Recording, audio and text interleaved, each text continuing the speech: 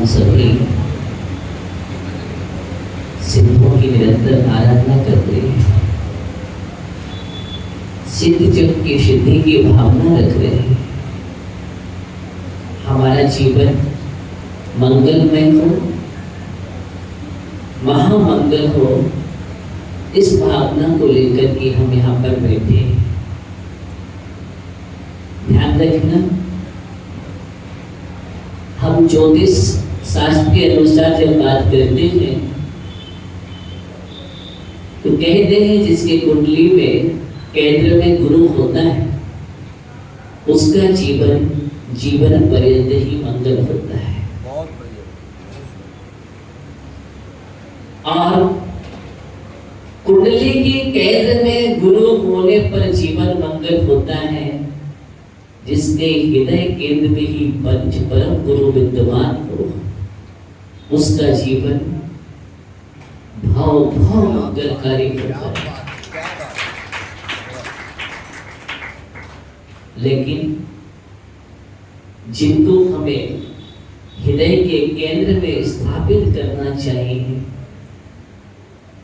आज ऐसे आचार्य परमेष्ठी जो आज वर्तमान में मोक्ष मार्ग का नेतृत्व करते हैं, इस काल में चलते फिरते अगर कोई तीर्थ दर्शन है और कोई चरित तीर्थ है, वो आचार्य परमेष्ठी है जिन्हें की जंगम तीर्थ कहा जाता है। आगम में प्रश्न ये उठता है कि आज हमारे इस अध्यात्म के देश में, निर्ग्रंथों के संतों के देश में संस्कृति पर इतना बड़ा कुठाराघात हो जाए, संस्कृति का ही घात हो जाए और हम हाथ पर हाथ रख करके बैठे रहे तो शायद हमारा जन्म लेना बेकार हो गया, हमारा इस कुल में आना बेकार हो गया। इस बात का हम ध्यान रखें, जिनको हम हृदय के सिंहासन पर विराजमान करते हैं, जिनकी हम पूजा अर्चना भक्ति करके अपने पाप ताप संताप को नष्ट करते हैं, आज हमारे परम आराध्य भगवंतों पर अगर इस प्रकार का हत्याकांड होने लग जाए, इस प्रकार संस्कृति का कुठाराघात होने लग जाए, तो संस्कृति ना रहेगी, ना बचेगी। प्रकृति का भी संतुलन डगमगा जाएगा और एक दिन पूरी दुनिया काल के गर्त में कबलित हो जाएगी। इस बात का ध्यान रखना, आज अगर प्रकृति का संतुलन बना हुआ है, संस्कृति बनी हुई है, तो निर्गत संतों से बनी हुई है, दिगंबर भगवंतों से बनी हुई है। उन्हीं की देन है तो जो आज हम ले रहे हैं, आज हम श्वास ले रहे हैं तो उनकी देन है।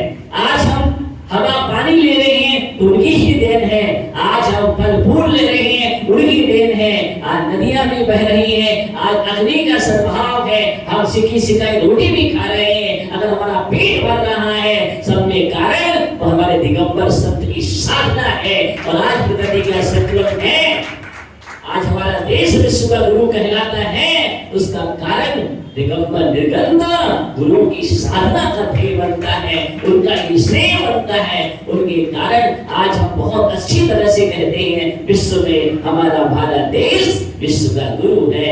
गुरु कहलाने का और गुरुओं पर ही आज आने लग जाए, गुरुओं का ही घात होने लग जाए, तो कहाँ रहेगा विश्व का गुरु, कहाँ रहेगा भारत। भारत भारत ना बच जाए, इसलिए आज हमें पुनः जागने की जरूरत है। आज हमें सोने की जरूरत नहीं है, फिर से उठने की जरूरत है। जब जब भी संस्कृति पर घात होता है, जब जब भी प्रकृति के साथ खिलवाड़ होता है, तब तक हमारे जो सच्चे भक्त होते हैं, सच्चे आस्थावंत होते हैं, अपने उस संस्कृति की रक्षा के लिए तैयार रहते हैं। ठीक है, हमारी संस्कृति भाला पकड़ने की नहीं है, माला पकड़ने की है। लेकिन एक बात ध्यान रखना, माला पकड़ करके भी हम वो काम कर सकते हैं। अगर माला पर आंचल आने लगे तो फिर हमें तो तैयार होना ही पड़ेगा। हम ध्यान दें, आज पीड़ा है, कष्ट है। आप देख रहे हैं 5 या 6 जुलाई को इतिहास के पन्ने में शायद ऐसी घटना कभी नहीं सुनी होगी। कभी आपने पुराणों में, इतिहास में किसी भी कानों से नहीं सुने, जो आज इस समय ऐसी कालिक टोपी संस्कृति, ऐसा गहरा कुटालाघात संस्कृति की इतनी निर्मम हत्या हुई है जिसको हम बचनों से कह नहीं सकते। और अगर ऐसा इस देश में होने लगेगा तो देश का क्या होगा, इस बात का ध्यान रखो। धर्म का क्या होगा? नहीं, अगर हमारे निर्गत संत दिगंबर गुरु आचार्य भगवान यही सुरक्षित नहीं रहेंगे तो ना हम सुरक्षित रहेंगे, ना हमारी संस्कृति सुरक्षित होगी, ना हमारा देश सुरक्षित होगा। ये सत्ताधारियों, तुम्हारी सत्ता कहाँ सुरक्षित होगी? इस बात का ध्यान रखो। अगर तुम्हारी सत्ता है तो दिगंबर संतों की सत्य साधना पर तुम्हारी सत्ता टिकी हुई है। इस पर दिगंबर निर्गत गुरुओं की सत्य साधना पर सत्ता टिकती है। और जिस दिन सत्य का भी गला घोंट दिया जाता है उस दिन सत्ता धराशायी हो जाती है। इसलिए हमें सत्ता को संभालना है और सत्य को संभालना है। इस बात का हमें ध्यान रखना। जो केंद्र में सरकार अभी सो रही है, इतनी बड़ी घटना होकर के, चाहे जितनी भी प्रांत की सरकारें हैं और केंद्र की सरकार है, पूरे देश को एक निर्णय लेना चाहिए, एक सुर से निर्णय लेना चाहिए कि नहीं, ऐसा कानून बनाना चाहिए कि किसी भी धर्म गुरुओं पर, निर्गत गुरुओं पर, दिगंबरों पर, संतों पर हम किसी भी प्रकार की आंच नहीं आने देंगे। और आंच आती है तो हम उसको कहीं किसी भी प्रकार से नहीं छोड़ेंगे। ऐसा कृत्य करने की कोई हिम्मत भी न करे, विचार न करे।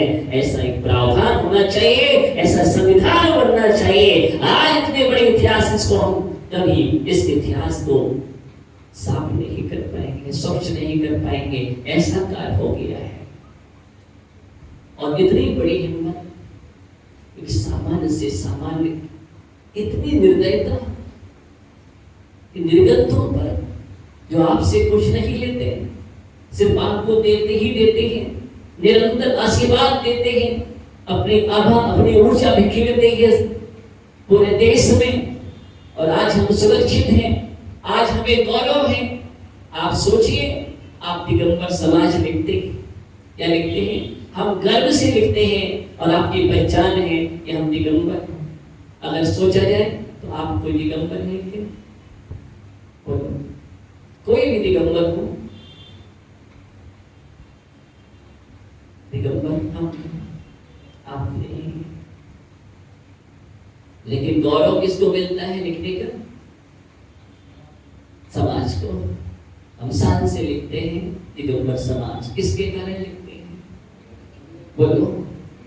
हम निर्गत गुरुओं के कारण लिखते हैं, दिगंबर संत साधना करते हैं और लिखते आप हैं गौरव के साथ कि हम दिगंबर समाज है, हमारी पहचान बनती है। और दिगंबर समाज के देश में वो पहचान है कि आज अभी बतलाया कि सबसे ज्यादा 25% देश में टैक्स भरने वाली अगर समाज है तो समाज का नाम जैन समाज।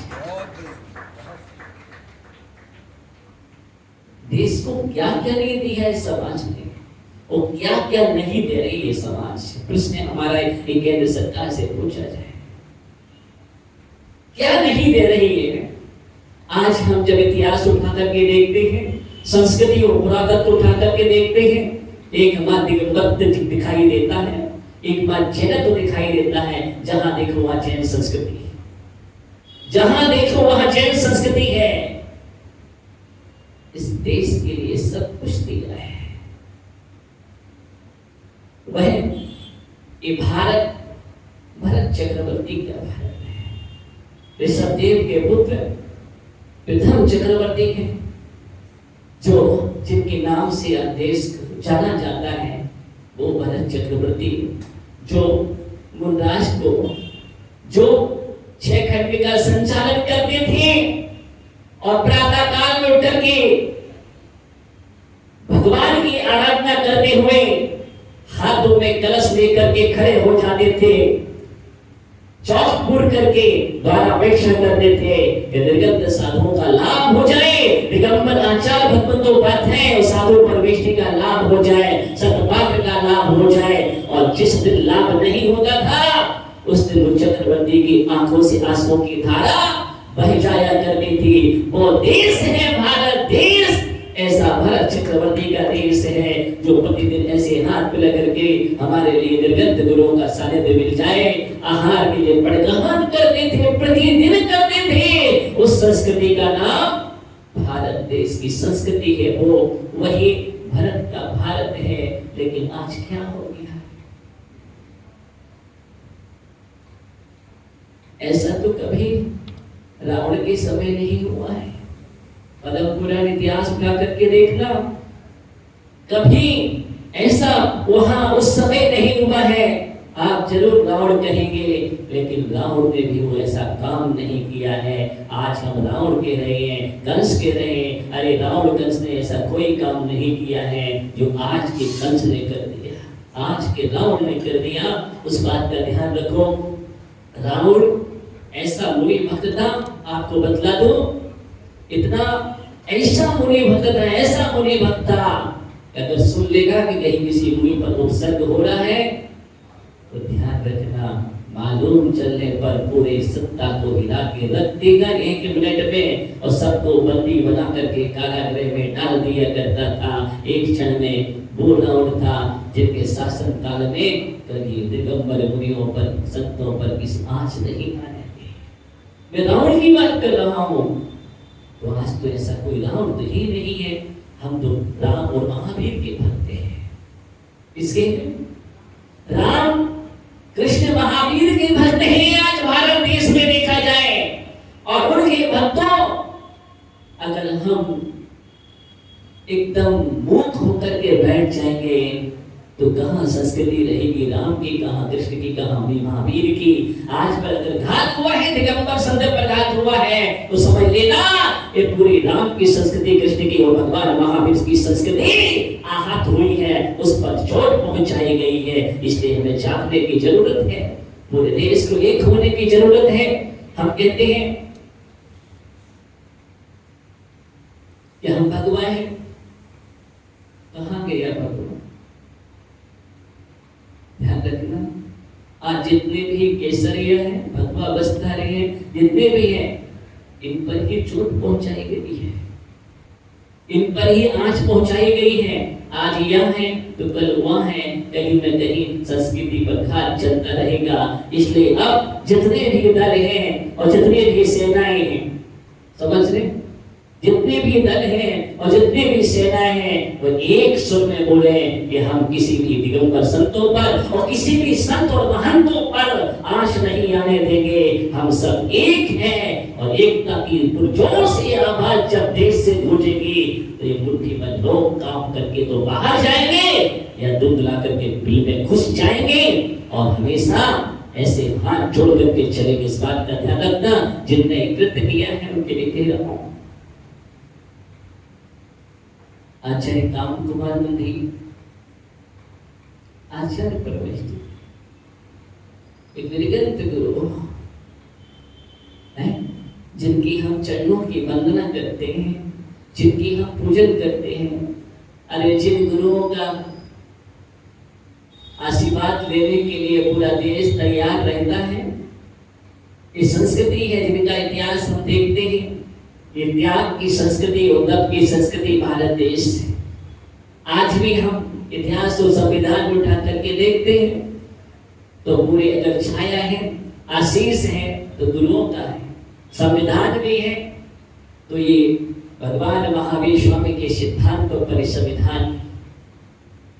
लेकिन उस संविधान के साथ भी इतना बड़ा खिलवाड़, इतना बड़ा खेल हो जाए और संविधान भी शांत होकर के बैठा रहे, तो फिर वो संविधान नहीं रहेगा। आज सिख चक्र विधान पर ये बात भी कह रहा हूँ देश के संविधान की, कि आज जितनी जल्दी निर्णय हो सके उस संविधान की सुरक्षा और संस्कृति की सुरक्षा के लिए एक और संविधान खड़ा करना चाहिए। उस संविधान को बनाने में अगर किसी ने आवाज दी थी तो सबसे पहले वो जैन व्यक्ति था। कौन था? वो जैन व्यक्ति था। अगर देश की आजादी के लिए भी सबसे पहले आवाज उठाई थी वह भी जैन था। ध्यान रखना, महाराणा प्रताप जैसे जब जंगल में भटक रहे थे, अपने राज्य छिन गया था, उस समय अगर महाराणा प्रताप पुनः राज्य में स्थापित हुए तो उस समय अपना भंडार खोलने वाला अगर कोई था वो दानवीर भामाशाह जैन था, कोई और नहीं था। हम गिरगिट का इतिहास की बात करें, जब सम्राट ही थे वो चंद्रगुप्त सम्राट कोई और नहीं थे, वो भी जैन थे, जिन्होंने निर्गंथ मुनि बन करके दीक्षा लेकर के साधना की है। गांव के बाहुबली चंद्रगिरी में जाकर के उनके चरण बने हुए हैं, वहां पर उन्हें समाधि की। ऐसा चंद्रगुप्त का देश, ऐसा ये तो इतिहास है जैन संस्कृति का। इसका श्रवण संस्कृति कहलाती है। कौन सी संस्कृति कहलाती है? श्रवण संस्कृति कहलाती है। जिस संस्कृति में निरंतर नमोस्तु शासन से बंद रहता है, नमोस्तु की गूंज होती है। अगर उस शासन पर आंच आने लगे तो समझ लेना कोई शासन सुरक्षित नहीं है। दुशासन सिर्फ इतना कहता है, न दुशासन चाहिए न कुशासन चाहिए, पुनः हमें सुशासन चाहिए। हम आवाज लग रहे हैं, पूरे देश आज भारत देश बन है। आज हम भी यहाँ से मिलकर की आवाज लगाएंगे कि हम हमारे पूरे जैन, पूरा जैन, हम यहाँ पर कोई दिगंबर सितंबर की बात नहीं कर रहे हैं, जैन की बात कर रहे हैं। इसके कर रहे हैं कि जैन संस्कृति पर आंच है, और जैन संस्कृति पर क्या, सभी संस्कृति पर आंच है। ध्यान रखना, मैंने पहले ही बोल दिया। तो पूरे मिलकर की आवाज देंगे कि नहीं, ऐसा कोई संविधान बनना चाहिए जो राष्ट्रीय जैन कल्याण बोर्ड हो, या हो राष्ट्रीय जैन सुरक्षा कल्याण बोर्ड, राष्ट्रीय लेवल पर बनना चाहिए। केंद्र सरकार को बनाना चाहिए संविधान के लिए। पूरे देश में कहीं भी दिगंबर साधु विचरण करे, उनकी पूर्ण सुरक्षा का दायित्व केंद्र सरकार का होना चाहिए, केंद्र सरकार का होना चाहिए। क्योंकि दिगंबर साधु सबको छोड़ करके एक संस्कृति की और प्रगति के लिए साधना करते हैं। इसके लिए कहते हैं सब कुछ छोड़ दिया, त्याग कर दिया। उनके पास क्या है? एक शरीर रूपी उपकरण के अलावा कुछ नहीं होता है। गात्रमात्र परिग्रहधारी कहलाते हैं। वो गात्रमात्र परिग्रहधारी हैं, निरंतर साधना करते हैं हमारे देश में अमन चैन रहे। क्या करते हैं? हमारे देश में अमन चैन रहे, निरंतर उपदेश देते हैं कि हमारे राजा, हमारा सम्राट सुखी रहे। क्या रहे? हमारा सम्राट भी सुखी, हमारा देश भी सुखी, हमारी प्रजा भी सुखी, अमन चैन सुख शांति सुकून हो, और हमारा भारत देश हमेशा प्रकाशमान रहे, विकासमान रहे, प्रगतिमान रहे। ये भावना कौन भाता है? एक दिगंबर साधु निरंतर भाते हैं, वही आचार्य, वही दिगंबर संत भाते हैं निरंतर। कितना बड़ा योगदान है, ऐसी भावना भाने वाला कौन है? और उनकी वर्णाओं से संस्कृति सुरक्षित रहती है। ध्यान रखना, भावना का बहुत बड़ा प्रभाव होता है। मैं उसकी ही बात कर रहा हूँ, इसलिए आज सिर्फ इतना ही मैं कहना चाहता हूँ। अंदर से पीड़ा है, और पीड़ा होती है किसी के भाई पर आंच आती है तो आपका कहते खून खौल उठा, बोलते हैं ना, आंच आती है तो आज दिगंबर भाई क्या करेंगे? बोलिए। और ध्यान रखना, अभी दिगंबर संत बोलना शुरू किया है। दिगंबर शब्द बोलना शुरू किया है और जिन दिगंतों ने एक साथ मिलकर के सुर से सुर आवाज लगा दी, तो शायद आप समझ सकते क्या होगा। अभी आपको बतला दिया है, साप नहीं देते दिगंबर संत की सबसे बड़ी विशेषता है।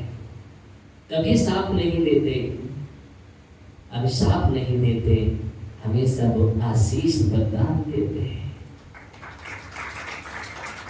और जब वो किसी से कुछ नहीं आशीष वरदान देने के लिए तत्पर रहते हैं, तो ऐसा निर्बल हत्याकांड, ऐसी इस प्रकार की प्रक्रिया आप सुन करके भी आश्चर्य कर सकते हैं। सुन करके कि आज हमारे इस देश में, राम और महावीर के देश में क्या हो रहा है। इसलिए मैं बार बार कह रहा हूं, पुनः कह रहा हूं, आप बिल्कुल भी शांत मत बैठिए। शांत बैठने का तरीका नहीं है, समय भी नहीं है। अगर आज ऐसे बैठे रहेंगे तो संस्कृति हमारी लूटती रहेगी। क्या होगी? संस्कृति लूटती रहेगी। आज हम देख रहे हैं जगह जगह आयतों पर उत्सर्ग होना शुरू हो गया, फिर से प्रारंभ होता चला जा रहा है। संस्कृति पर कहीं न कहीं आ जा रहा है, आयतों पर, गुरुओं पर, कहीं क्षेत्रों पर, कहीं कुछ पर। क्या हो रहा है देश में?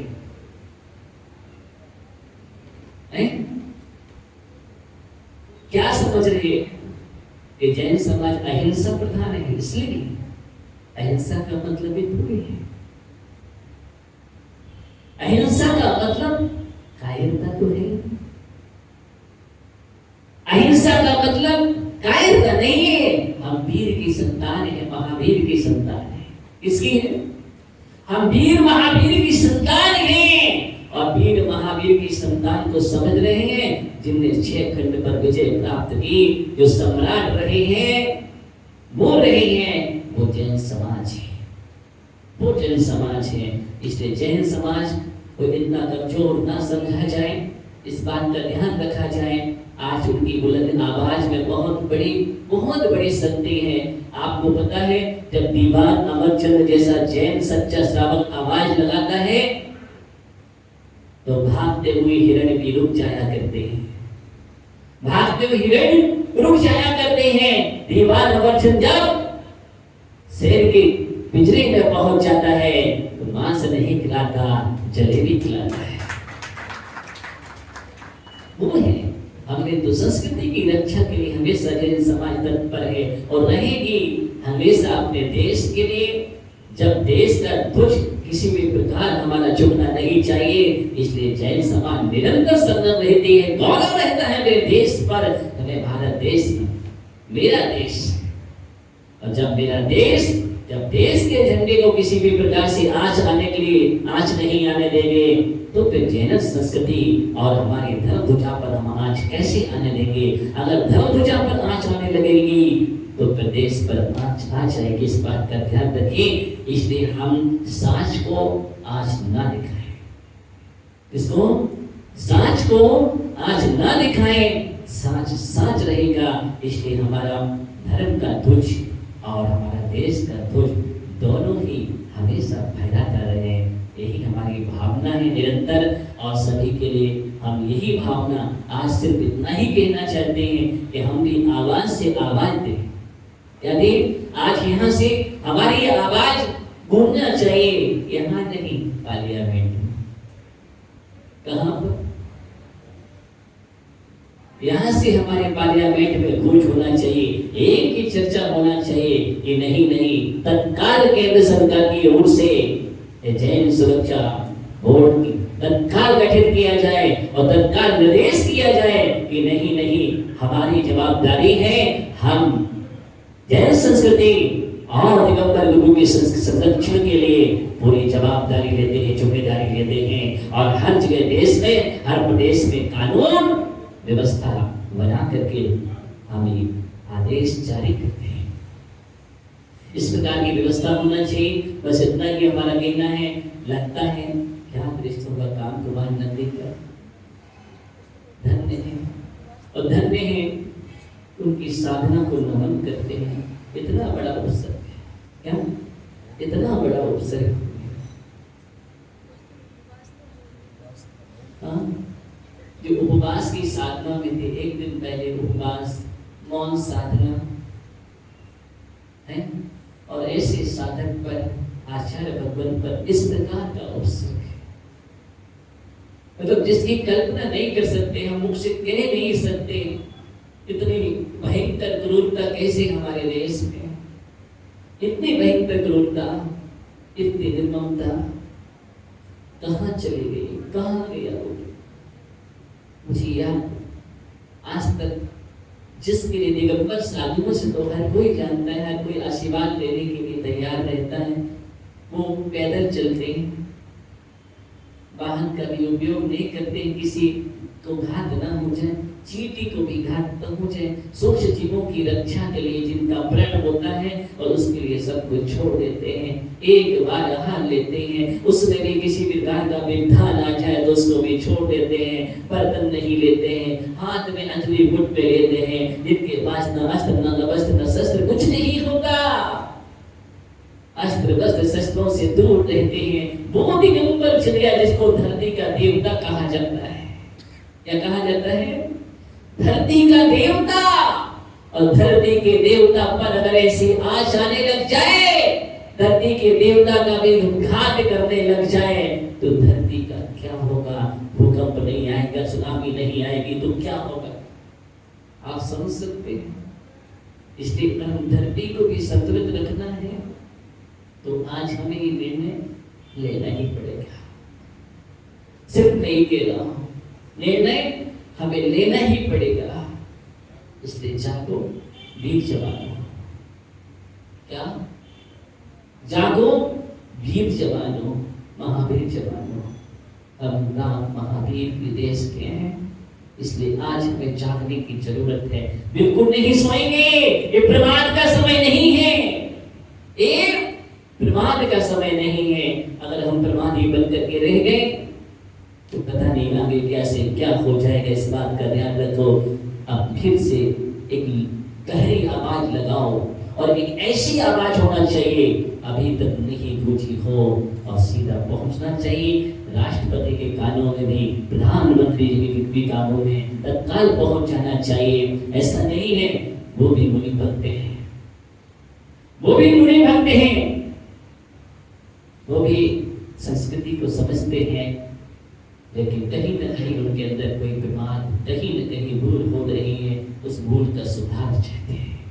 क्या चाहते हैं? उस भूल का सुधार चाहते हैं, और कहीं न कहीं आवाज हमें पहुंचाने की जरूरत है। उस आवाज को आप पहुंचाइए, बस मैं यही चाहता हूं। और निश्चित ही जैसी अभी कर्नाटक सरकार ने तत्काल निर्णय लिया, जैन रक्षा बोर्ड बनाया, गोवर्धन नंदी की आवाज थी।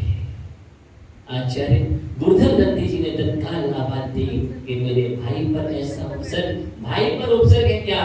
मेरे समस्त भाई ये जितने दिगंबर संत हैं और जितने भी संत हैं, हम नमो लोय शब्द सावड़म बोलते हैं। क्या बोलते हैं हम? नमो लोय शब्द सावड़म बोलते हैं। अगर नमो लोय शब्द सावड़म में इस प्रकार का इसका मतलब अपमान हुआ है, ये महामंत्र का हुआ है। किसका हुआ है? ये महामंत्र का अपमान हुआ है, और महामंत्र का अपमान, महामंत्र उपसर्ग आ गया।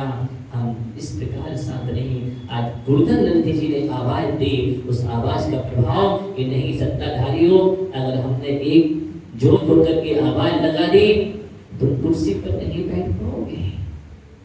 कर्नाटक सरकार को तत्काल निर्णय लेने पड़ा, तो तत्काल जन सुरक्षा बोर्ड उन्होंने नियुक्त किया। मैं ये चाह रहा हूँ ऐसी आवाज लगाओ हर प्रांत में, चाहे बिहार हो, झारखंड हो, उत्तर प्रदेश हो, मध्य प्रदेश हो, बंगाल हो, राजस्थान हो, छत्तीसगढ़ हो, महाराष्ट्र, गुजरात, हिमाचल, दिल्ली, कोई भी प्रदेश हो, पूरा कश्मीर से कन्याकुमारी तक जैन सुरक्षा बोर्ड बनना चाहिए। मेरी यही आवाज है, और केंद्र सरकार को आवाज दे रहा हूँ, हर प्रदेश को इस प्रकार की आदेश जारी करें, और सीएम केंद्र सबसे पहले बनाएं और प्रत्येक प्रदेशों में फैलाएं। बस यही मेरा कहना है। आज का उद्देश्य सिद्ध चक्र महामंडल विधान चल रहा है, और सिद्ध चक्र विधान में हम यहाँ पर बैठ करके भावना भाएं। भावना का बहुत बड़ा प्रभाव होता है, और सिर्फ भावना मत भाना, इस बात का भी ये तो हमने भावना भाली, भावना भाने से काम नहीं चलेगा। भावना भाने से आपका भूख भी नहीं मिलती है, जाना पड़ेगा तो भोजन तो करना ही पड़ेगा। जैसे हम पुरुषार्थ करते हैं, बस पुरुषार्थ करने की आवश्यकता है। आप ध्यान रखो इस बात का, यहाँ से पूरी आवाज जाना चाहिए मिलकर के। और आप किसी भी प्रकार से कैसे भी समय मिले, आप एक अच्छी हृदय और अच्छी आवाज के द्वारा अपनी आवाज भेजिए मिलकर के। मैं तो ये कहता हूँ समस्त दल को एकत्रित करूं, अपने समाज पूरे संगठन के साथ, पूरे जैनत्व का और जितने भी हैं राम महावीर के भक्त एक साथ आवाज दें, ऐसा कार्य करो पूरे समाज के लिए। यही मेरा कहना है। इसी भावना के साथ ओम नमः शिवाय।